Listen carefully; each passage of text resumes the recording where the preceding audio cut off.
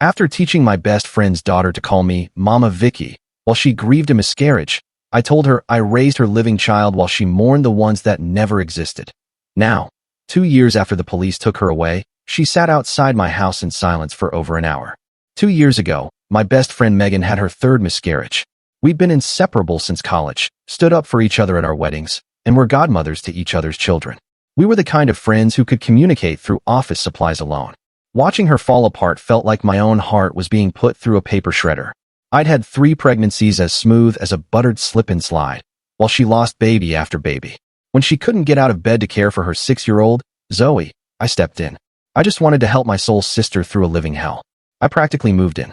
My husband, Elliot, was completely supportive. Megan was family. I became super friend, dropping Zoe off at school, hosting sleepovers, and managing appointments. I documented everything with photos to show Megan her daughter was doing great. Our friends called me Saint Vicki. Zoe became my bonus kid, part of our quad squad. When Megan texted, "I don't know what I'd do without you," I'd send videos of Zoe laughing. It felt as natural as breathing. That was red flag number 1. I loved being needed like that. It filled a void inside me I hadn't known was there. Then, things started escalating, creeping in like a Netflix subscription price hike. Gradual, but inevitable. I bought Zoe clothes, first necessities, then entire wardrobes. I redecorated her room to cheer her up. When Megan tried to get back to her normal routine, I suggested she needed more time to heal. "Still healing, bestie. Let me handle it." I created photo albums called Zoe's Happy Times, which held over 12,000 pictures. None of them included Megan. I told friends that Megan was struggling more than she let on. I started referring to all of them as our 4 kids. I listed myself as co-parent on school forms. I bought Zoe a phone with my number saved as Mom, too. This is where I became a walking red flag factory. I kept a hidden folder on my phone labeled Concerns, with screenshots of Megan crying and texts about feeling overwhelmed. I whispered to Zoe that her mommy was sick and my house was her safe space. I'd rehearse conversations in the mirror like a psychopath preparing for a TED Talk. "Mommy loves you, but she can't care for you right now." The whole thing exploded when Megan found out I'd taught Zoe to call me Mama Vicki. I'd choreographed that confrontation like a twisted ballet. That morning, I dressed Zoe in a mama's girl outfit and taught her the phrase, "Mama Vicki keeps me safe." I timed it for right after Megan's therapy session when she would be exhausted, and I kept my phone recording. When Megan confronted me, I detonated. "I've been more of a mother than you for months while you cried over babies that never existed. I've been raising your actual, living child." It was a line calculated for maximum destruction, and it worked perfectly. When she ordered me out of the house, I refused. Zoe ran in, crying.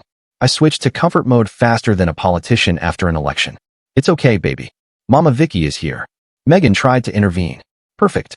I called 911 with an Oscar-worthy performance, mentioning a mental health crisis and a child being present, concerned for her safety.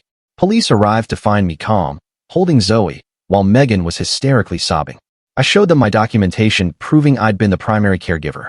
I mentioned therapy, medication, and her inability to cope. They suggested Megan let Zoe stay with me for the night. The next morning, at 6 a.m., I filed for emergency custody. My petition was a masterpiece of manipulation. The judge granted me temporary custody. I felt like I'd won the lottery and a Nobel Prize at the same time. I enrolled Zoe at my kid's school. During supervised visits, I'd coach her. Visits with your biological mommy might feel confusing. At drop-offs, I'd hug Megan, whispering poison wrapped in concern. "I'm giving her what you couldn't." The sickest part? I kept her baby teeth in my jewelry box like a dental trophy collection. I'm telling you all of this because 2 years later, it all started again. My adoption petition for Zoe was still pending. Zoe called me Mom and had asked when she could go home after visiting Megan. I posted a picture of our 4 blessings on Instagram while obsessively checking custody dockets. But here was the kicker. My depressed neighbor, Sarah, another mom, had made me her emergency contact. I had her key and had started a new folder on her daughter called Skylar's Happy Times. I recognized the pattern like a protagonist in a horror movie hearing creaky stairs. I saw exactly what I was doing. The thing was, I didn't want to stop. These mothers were drowning, and I was such an excellent swimmer. I closed my laptop with trembling hands, deleting the confession video I'd been typing with a single keystroke. Through the thin apartment wall, I could hear Sarah crying again. Skylar's mother, my new project. The sound made my fingers itch for my phone, for documentation, for evidence of her struggles. I forced myself to stand and walk away from the wall, to not press my ear against it like some discount therapist. The next morning arrived with all the subtlety of a car alarm. It was 8 a.m. school drop-off. The parking lot battlefield where suburban warfare played out through aggressive parallel parking and passive-aggressive small talk. I maneuvered my minivan between a Tesla and a Prius. I spotted Emma and Zoe in the back seat comparing friendship bracelets. My other two kids were already arguing about who got to hold the science project volcano. Then I saw her, Megan, standing by the entrance as if she'd been waiting. Her posture was perfect, her smile practiced. After 2 years of legal battles, she still moved like a dancer who had forgotten the steps, but remembered the rhythm.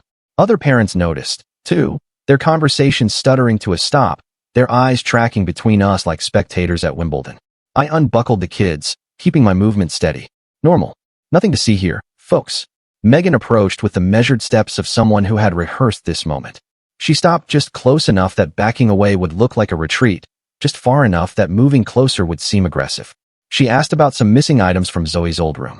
Her voice carried perfectly across the parking lot, each word calibrated for maximum audience impact. I noticed her breathing, that careful inhale-exhale pattern I recognized from her old panic attacks, the ones I used to coach her through before I became the cause of them. My response came out sharper than I intended, something about Zoe's things belonging where she lives now. The words hung in the air like a confession. Parents pretended to check their phones while obviously listening. Mrs. Henderson from the PDA actually stopped walking mid-stride. Inside the school, Ms. Chun intercepted us both. The counselor needed coverage for her troubled kids session. Both Megan and I volunteered simultaneously, our voices overlapping in an awkward harmony. Ms. Chin's eyes darted between us like she was diffusing a bomb with 2 red wires.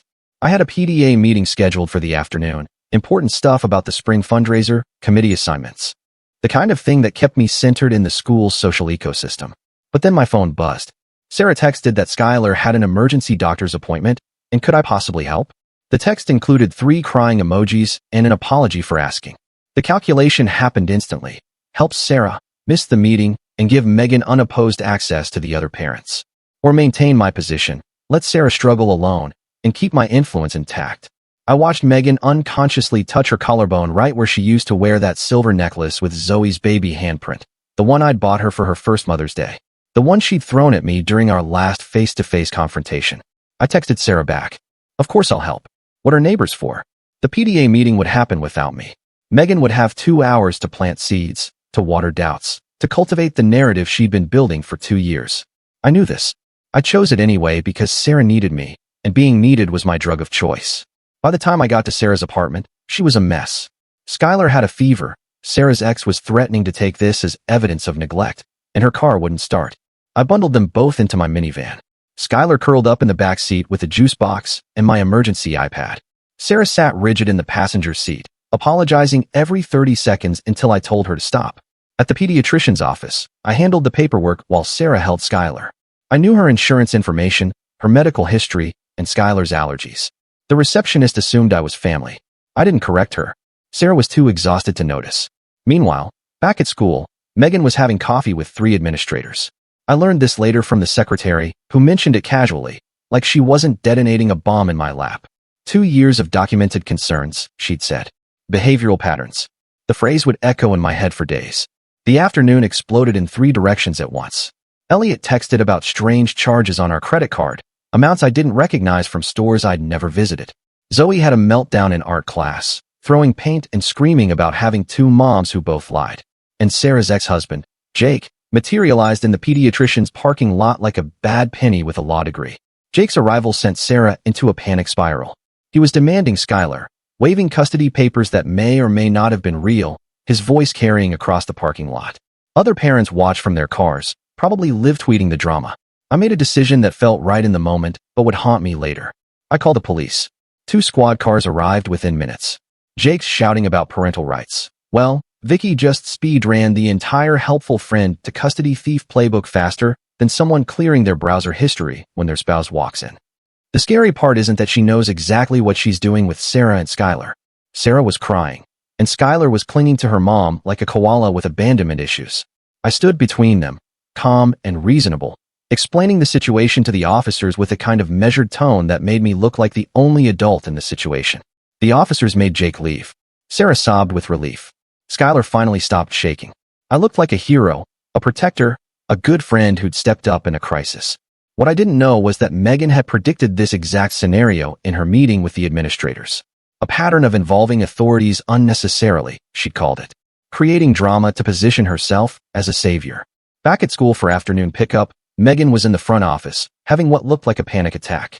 Real or performed, I couldn't tell anymore. The secretary fussed over her. Other staff members gathered around, also concerned about poor Megan, who's been through so much, who'd lost her daughter to her best friend, who was just trying to rebuild her life. Emma came out of school talking about Aunt Megan. Aunt Megan had visited her class. Aunt Megan had talked about confusing situations when families change. Aunt Megan had given everyone rainbow erasers and mentioned how sometimes having two mommies makes things harder for kids.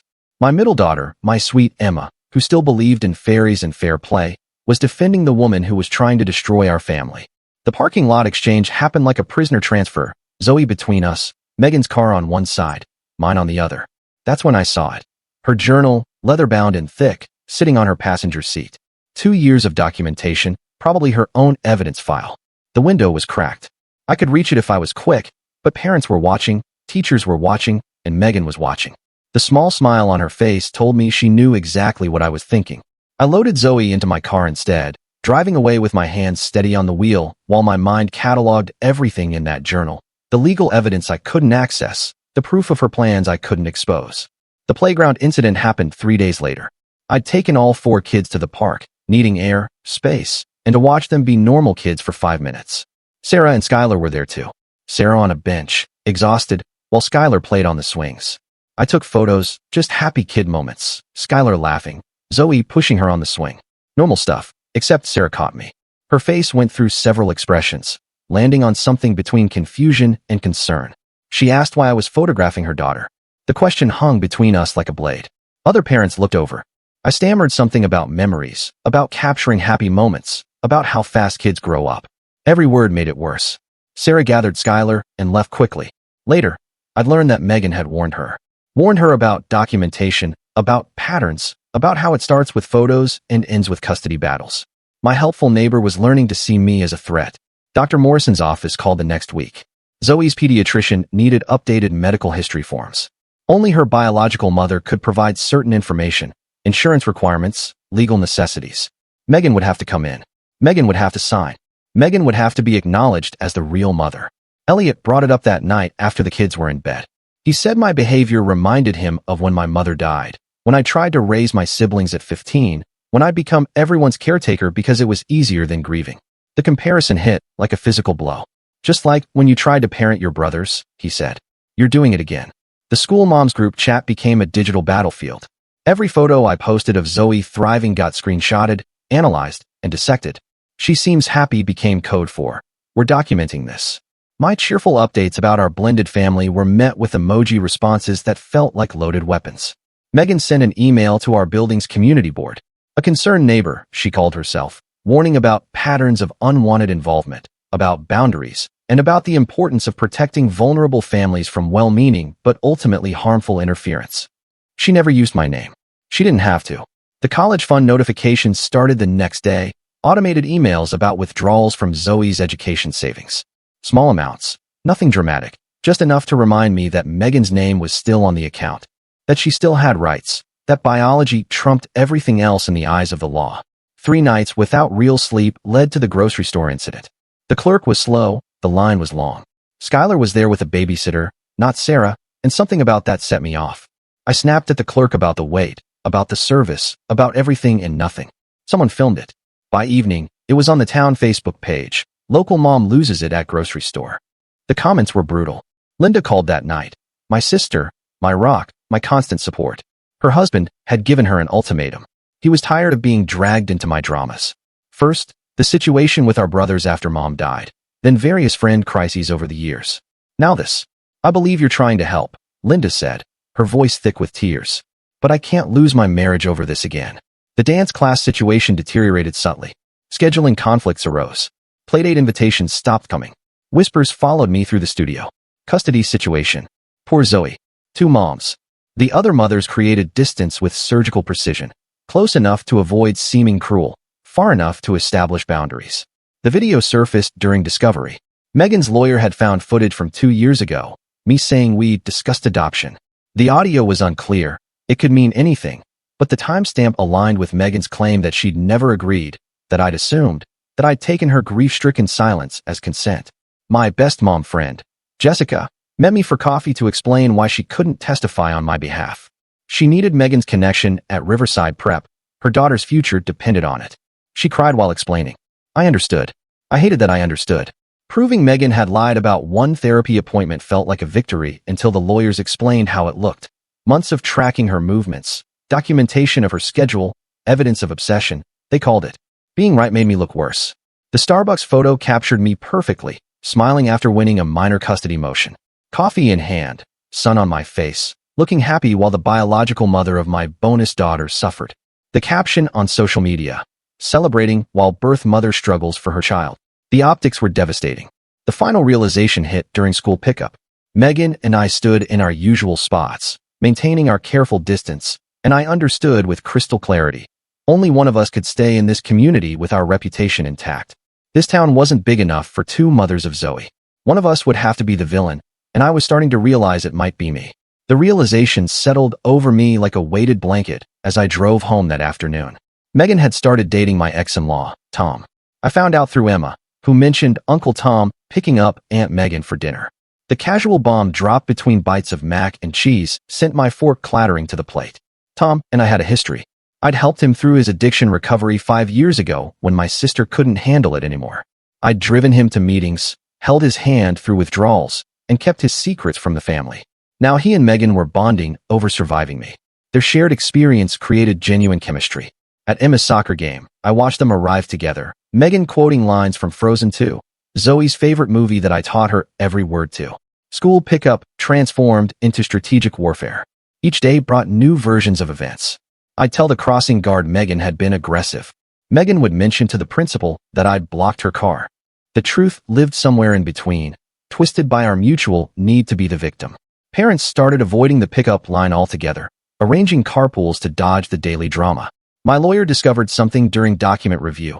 Old texts to Elliot from before Megan's first miscarriage. Messages where I'd called her unfit, jealous comments about her pregnancy when I'd wanted one more baby.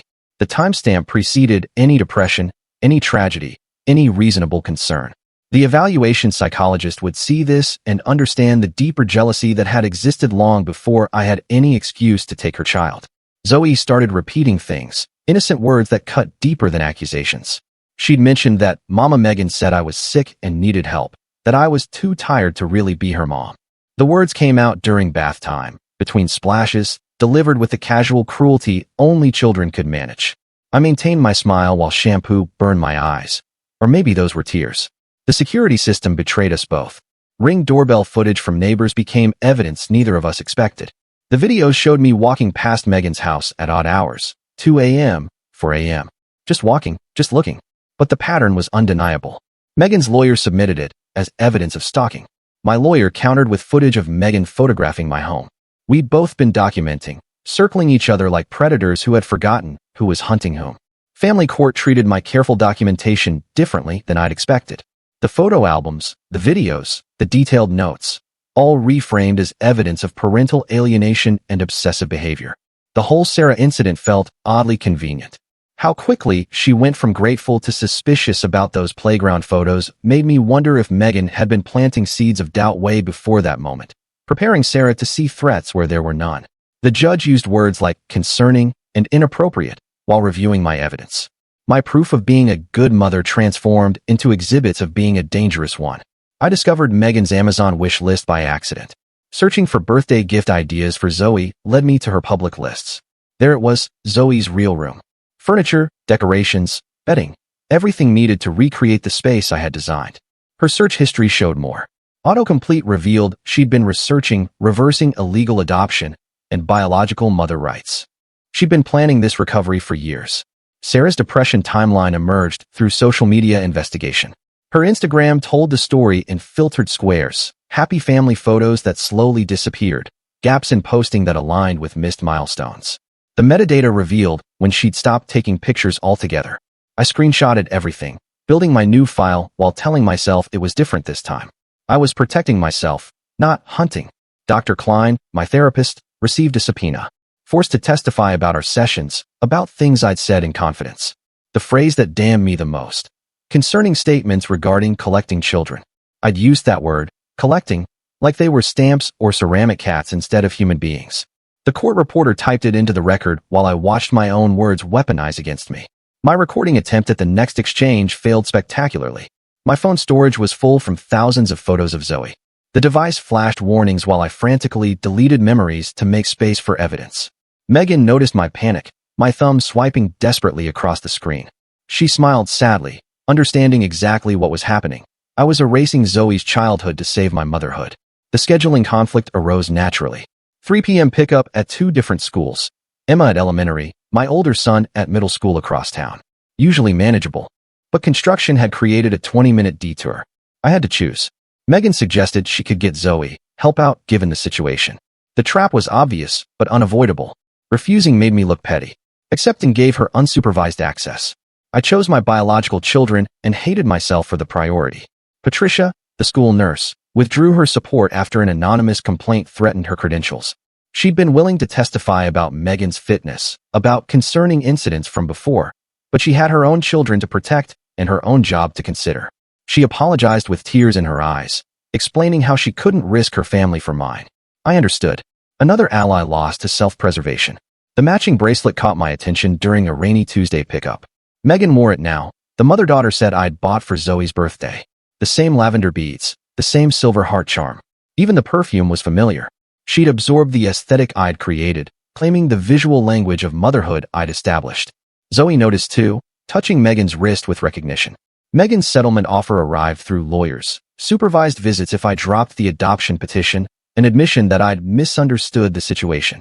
She'd crafted it carefully, reasonable enough that refusing would seem spiteful. The mediator pushed for acceptance, talking about Zoe's need for a birth-mother connection. My refusal was framed as ego over child welfare. Another point scored against me. Security footage revealed the truth about my proof video. The phone had auto-enhanced the recording, adjusting timestamps in the process. What I presented as evidence of Megan partying while Zoe was alone actually showed her at therapy. The metadata exposed my lie, unintentional, but damning. Technology had betrayed my narrative, revealing desperate manipulation where I'd claimed concerned documentation. The voice memos changed everything. Neither of us knew Zoe had been recording on the phone I'd given her. Hours of audio captured over months. Her confusion, her tears, her questions about why she had 2 mommies who both lied. The recordings revealed what we'd both missed. A child drowning while 2 women fought over who could throw the life preserver. My proof of neglect crumbled under examination. The videos I thought showed abandonment actually captured Megan desperately trying to get help, calling doctors, begging for appointments, crying for support while managing grief. I'd filmed her lowest moments and misinterpreted them as negligence. The court saw a grieving mother doing her best, sabotaged by a friend who had wanted her to fail. Elliot reached his breaking point during dinner. He announced his decision while the kids ate chicken nuggets, his voice carefully neutral. A temporary separation to protect our biological children from the scandal. The words landed like physical blows. I watched him pack while Emma asked why Daddy needed a vacation. His choice was logical. Distance himself from the chaos and shield 3 children from one woman's obsession. But logic didn't soften the abandonment. Financial resources dwindled with his departure. Joint accounts became individual ones. Shared expenses became solo burdens. The legal bills mounted while my support system crumbled. I started selling jewelry, designer bags, anything to fund the continuing battle. Megan's GoFundMe, meanwhile, reached thousands, getting my daughter back, resonating with strangers who saw a biological mother fighting for her child. I adapted Megan's tactics out of desperation. I befriended her lawyer's assistant at yoga class, casual conversations about work stress, about difficult cases, about ethical dilemmas in family law. Information trickled out between warrior poses, discovery dates, strategy sessions, weaknesses in my case they'd identified. I hated myself for the manipulation, but I couldn't stop. Survival instinct had replaced my moral compass. The strip mall encounter happened by chance. Adjacent parking spaces at the Tuesday discount day. Sarah was on her phone in the car next to mine, windows down, discussing Skylar's struggles with someone. Medication noncompliance, missed doses, behavioral issues at school. I pretended to take my own call while memorizing every detail. Her vulnerability was broadcast unknowingly while I gathered ammunition for a battle she didn't know existed. Cloud storage betrayed Megan's ignorance about technology. The voice memos from Zoe's phone had backed up automatically.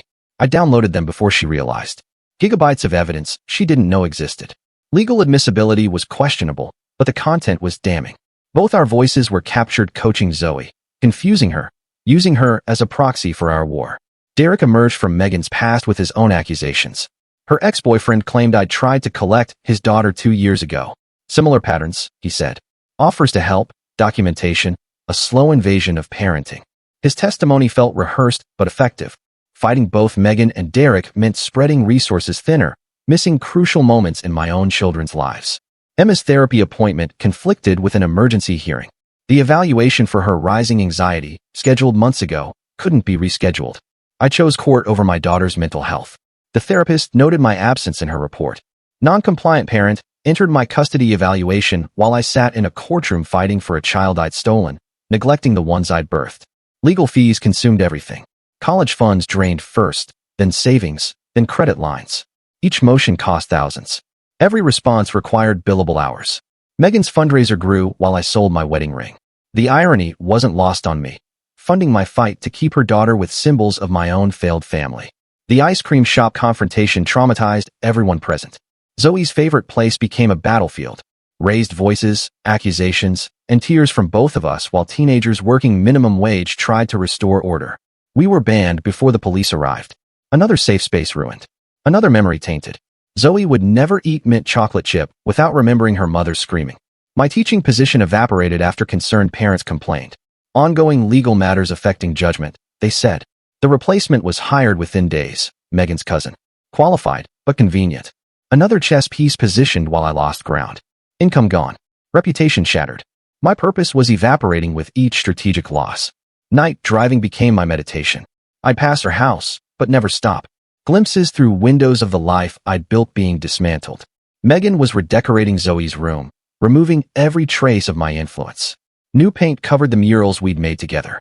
Different furniture replaced pieces I'd chosen. Erasure in real time while I watched from the darkness. My mother's intervention came through tears. She begged me to let go before I lost everything. I'd become someone she didn't recognize. She said the daughter she'd raised wouldn't destroy families for pride. She wouldn't sacrifice 3 children for one. She wouldn't transform grief into cruelty. Her words echoed Elliot's and Linda's. Everyone who had loved me before I became this version of myself. Diane's suspension resulted directly from my investigation into Sarah. My coworker friend had shared confidential information, thinking she was helping. Her daughter asked why. Aunt Vicki made mommy cry. Innocent words that cut deep. I'd promised to fix it, to explain to administration, to make it right. Empty promises from someone who had lost credibility everywhere. Her husband filed for separation within the week. Stress of association with unstable influences, he cited. Another marriage crumbling in my wake. Another family fractured by proximity to my chaos. I continued documenting Sarah despite knowing the destruction I was causing. The pattern was stronger than guilt. Compulsion overriding compassion. Zoe had been recording everything on her phone this whole time. The way those recordings showed both women coaching her makes me wonder what else kids pick up that adults never realize they notice. Emma's question arrived during homework time. What if Zoe wanted to live with her real mom? The words hung between us while multiplication tables waited. I couldn't answer immediately. The truth was stuck in my throat like swallowed glass. My daughter saw my hesitation, understood something fundamental had shifted. Even she was beginning to doubt my version of events. Public admission became a strategy. I acknowledged overzealousness in helping, crafting careful statements about good intentions gone too far. Maintaining credibility about Megan being unfit required admitting my own flaws. Partial truth in service of larger lies. The media coverage softened slightly. 2 flawed women fighting over a child, instead of villain versus victim. Zoe's voice memos revealed what I'd missed. Hours of crying I hadn't heard. Confusion I'd ignored. Questions about identity, about home, about why love felt like a battlefield. My selective attention had filtered out her pain, focusing only on moments that supported my narrative. The child I'd claimed to save had been drowning in our war. Emergency motions accelerated the timeline. Megan's lawyer filed to move the custody hearing up 3 months. My attorney was at his daughter's wedding, unable to respond immediately. The legal system's momentum favored the biological mother with increasing force. Each delay cost me ground I couldn't recover.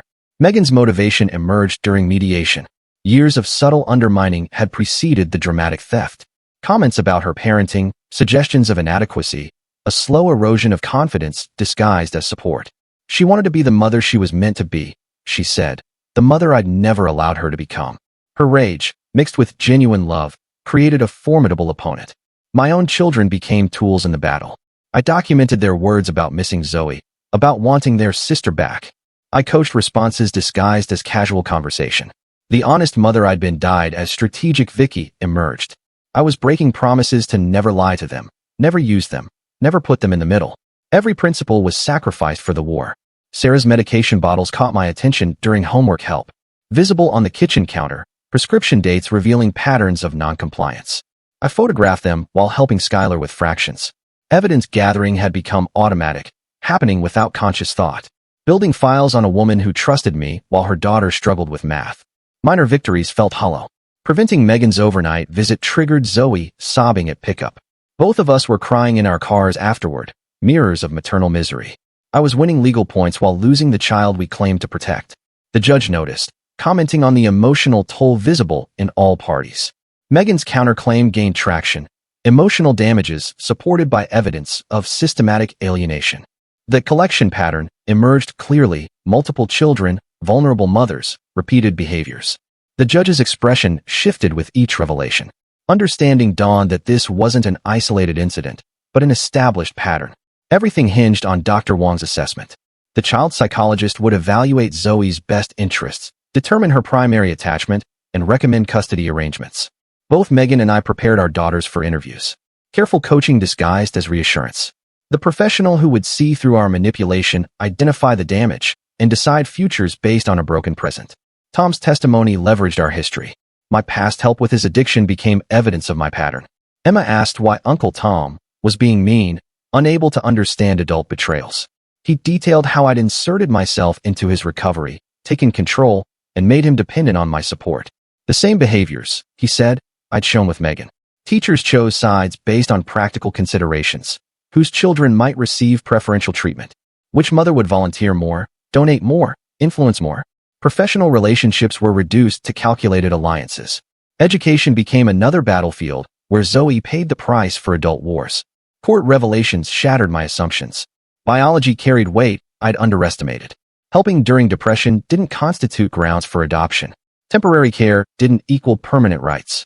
The legal system favored birth mothers absent severe unfitness. My careful documentation proved only my interference, not her inadequacy.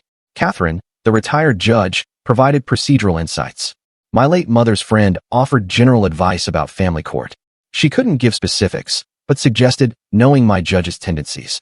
Research revealed a conservative bench, traditional values, and biological preferences. The system I'd thought would protect Zoe's best interests defaulted to blood over bond.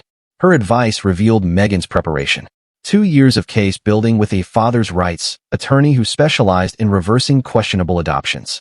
Megan had been documenting too, waiting for the right moment to strike. Her own concerns folder was thick with evidence of my obsession. We'd been circling each other, building arsenals, waiting for war. Catherine's advice about knowing my judge proved prophetic when I researched Judge Nathaniel Harrington. Conservative bench appointments, traditional family values, and biological parent preference in custody disputes. The research painted a clear picture of how this would end. I spent hours reading his past decisions, each one reinforcing the reality that my carefully constructed case was built on sand. The revelation about Megan's preparation hit harder than expected. 2 years of methodical planning with a father's rights attorney who specialized in reversing questionable adoptions.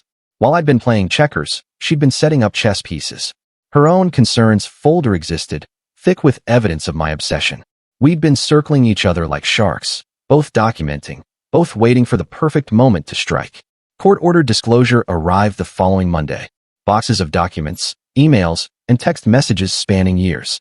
My lawyer's assistant wheeled them into the conference room, her expression carefully neutral. Among the papers, I found Megan's private emails detailing her recovery narrative. 2 years of manipulation planning laid out in Gmail threads, screenshots of my social media posts annotated with psychological terminology, references to parental alienation syndrome, obsessive behavior patterns, unhealthy attachment disorders. The evidence showed calculated patience. Megan had waited, gathered proof, and built alliances while I'd grown comfortable in my stolen motherhood. Her emails to the attorney outlined specific triggers to watch for: behaviors to document, and moments to capture. She'd known I'd eventually overstep with Sarah and had predicted it with eerie accuracy. I presented the emails to my lawyer without gloating, maintaining my composure despite the vindication. He reviewed them with growing concern, recognizing the double-edged nature of this discovery. Yes, it showed Megan's manipulation, but it also revealed two women who had weaponized an innocent child in their war. The judge would see mutual destruction, not a singular villain. Megan's face during the next hearing revealed her shock at the exposure. Her revenge plan was laid bare in court documents, every calculated move exposed, but the legal momentum had already shifted. The judge's expression showed exhaustion with both parties, disgusted at the lengths we'd gone to claim victory. Neither of us looked like suitable mothers anymore. The courtroom for the final custody determination felt like a coliseum. Teachers, neighbors, and family members were forced to choose sides publicly. The gallery was divided into clear camps, Team Vicki on the left, Team Megan on the right. Zoe's grandparents sat in the middle row, positioned between both sections like referees at a boxing match. Their faces showed the toll of watching their granddaughter become a prize rather than a person. Both Megan and I showed our deterioration through physical tells. Her hands shook as she organized papers. My voice cracked during procedural responses. Hollow eyes met across the aisle, recognition of mutual destruction written in our exhausted faces. We'd aged years and months, our beauty and vitality sacrificed to legal warfare. The truth emerged through testimony after testimony. Witnesses painted a picture of two women who had used Zoe as a proxy for their own needs. My need to be needed and Megan's need for revenge. The child's actual requirements had gotten lost in our adults' psychological warfare. Each revelation added another layer to the tragedy we'd created. Sarah's testimony arrived like a final nail. She spoke about my offers of help, the documentation, and the patterns Megan had warned her about. Her voice trembled as she described her fear and her decision to protect her own custody by exposing mine. The words that destroyed me completely came at the end of her statement. She couldn't let me do to her what I'd done to Megan. The circle of destruction I'd created had turned back on itself. Judge Harrington ordered psychological evaluations for all parties, including Zoe. The court would determine the best custody arrangement based on a professional assessment, not on maternal warfare. Both Megan and I objected, united momentarily in our desire to avoid external scrutiny. Our protests were noted and overruled. Dr. Wong's report arrived sealed, authenticated despite both women's attempts to discredit it. The findings were read aloud in court, each word a judgment on our mutual failure. Both exhibited harmful parenting patterns. Both had prioritized personal needs over child welfare. Both required therapeutic intervention. The recommendation wasn't about winning, but about healing. The report detailed Zoe's psychological state with clinical precision: anxiety disorders, attachment issues, identity confusion, trust problems that would require years of therapy to address. We'd broken her while claiming to save her. The child we fought over had become collateral damage in our war. My breakdown in court wasn't performative. The delusion shattered as Dr. Wong explained how I'd convinced myself that taking children from capable mothers was rescue rather than theft. The pattern stretched back further than Megan, further than Sarah. It started with my siblings after my mother died. It continued through every friendship where I'd inserted myself as a savior. The recognition of this compulsion felt like drowning in truth. Judge Harrington's ruling came down with the weight of Solomon's sword. Immediate shared custody with mandatory co-parenting therapy. Both women would have equal time, equal rights, and equal responsibilities. But the catch made it clear this wasn't a victory for either side. We had to accept the shared arrangement or risk the judge awarding sole custody to the other party. Mutual destruction had led to forced cooperation. The ultimatum hung in the courtroom air: accept shared custody or lose everything. Watch the other woman potentially gain sole custody through our refusal to cooperate. The judge had crafted a perfect trap, forcing us to choose between pride and parenthood. Zoe's needs would finally be prioritized, even if it meant neither mother got what she wanted. Our agreement came simultaneously, both voices accepting terms neither of us wanted. A week on, week off custody schedule was established immediately. Therapy requirements were non-negotiable. Co-parenting classes were mandatory. Communication was only to happen through a court-approved app. Every detail was designed to force cooperation while preventing further warfare. The community division became permanent and visible. School events turned into careful navigation exercises. Birthday parties required strategic planning to avoid confrontations. Every gathering became a minefield of loyalties and betrayals. Some families chose Team Vicki, others Team Megan. Most just tried to protect their own children from the fallout. I began therapy with Dr. Jonathan Reeves, a specialist in obsessive behavioral patterns. The sessions revealed depths of compulsion I'd never acknowledged. My collection of photos remained, thousands of images of Zoe's childhood, but no more children to collect.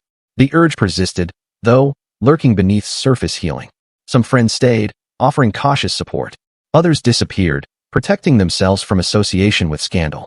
My family began healing slowly. Elliot returned with conditions and boundaries. Emma's therapy showed progress. The other children adapted to their new reality with the resilience kids somehow possess. The restraining order preventing contact with Sarah and Skylar arrived without surprise. Legal documentation made explicit what should have been obvious. No contact, no help, no involvement. The pattern had to stop somewhere, and the court ensured it stopped with them. Sarah's family would remain intact, protected from my compulsive need to save. 6 months later, the new routine had solidified into reluctant functionality. Morning exchanges happened at the neutral location. Zoe transferred between cars with the practiced efficiency of a child who had adapted to adult failures. She'd learned to navigate 2 homes, 2 sets of rules, and 2 mothers who had loved her wrong. Her therapy reports showed slow progress, healing measured in increments rather than milestones. I watched from my designated parking spot as Megan loaded Zoe's overnight bag into her car. The casual efficiency of it, the mundane reality of shared custody replacing the drama of our war. Zoe hugged me goodbye with the same enthusiasm she'd shown Megan in 7 days. Equal affection carefully distributed to avoid triggering either mother's insecurities. The urge to document hit as I watched them drive away. To photograph the moment, to build evidence, to prepare for some future battle that might never come. My phone stayed in my pocket through conscious effort. Recovery meant choosing differently, even when every instinct screamed to repeat the pattern. Sarah passed by the coffee shop window where I sat after the exchange. She walked with Skylar, both laughing at something on Skylar's phone. They didn't see me, or pretended not to. The distance between us was measured in more than feet. Legal orders and personal boundaries created an uncrossable gulf. I was one depressed neighbor away from relapsing, but choosing recovery for my family's sake. The notebook in my purse contained lists instead of evidence. Therapy appointments, Emma's recital dates, grocery lists. Normal mother activities replaced obsessive documentation. But sometimes, late at night, I'd find myself scrolling through the thousands of photos still on my phone. Zoe's childhood captured in obsessive detail. Proof of love transformed into evidence of harm. Megan and I had learned to co-parent through necessity rather than desire. Brief exchanges of necessary information, medical updates, and school performance reports. The woman who had been my best friend had become a business partner in raising the child we'd both damaged while claiming to protect. We'd never be friends again, but we could be functional co-parents. For Zoe, we had to be. The story I'd started to type months ago remained deleted. The confession video was never made. Some truths were better lived than told. The pattern of collecting children had been broken by exposure and consequence, but the urge remained. It would always remain. Recovery meant daily choices to resist compulsion, to recognize the signs, to choose differently. I closed my laptop and prepared for the week ahead. 3 children who needed their mother present and healing. A marriage rebuilding on a fractured foundation. A community that would always remember what I'd done. And somewhere across town, a little girl learning to thrive despite 2 mothers who had loved her wrong, teaching us both that sometimes the best thing you can do for a child is stop fighting over them and start fighting for them instead. The parking lot emptied as other parents completed their exchanges. Another Sunday morning in the careful choreography of shared custody. Tomorrow would bring new challenges, new opportunities to choose better. The collection had ended. The healing had barely begun. But for the first time in years, I was just a mother, not super, not a savior, just a flawed woman learning to love without consuming, to help without controlling, to let go without losing everything. Subscribe for more YouTube content just like this. If you made it this far, then drop a comment below. The way she describes still having thousands of photos on her phone, but not looking at them.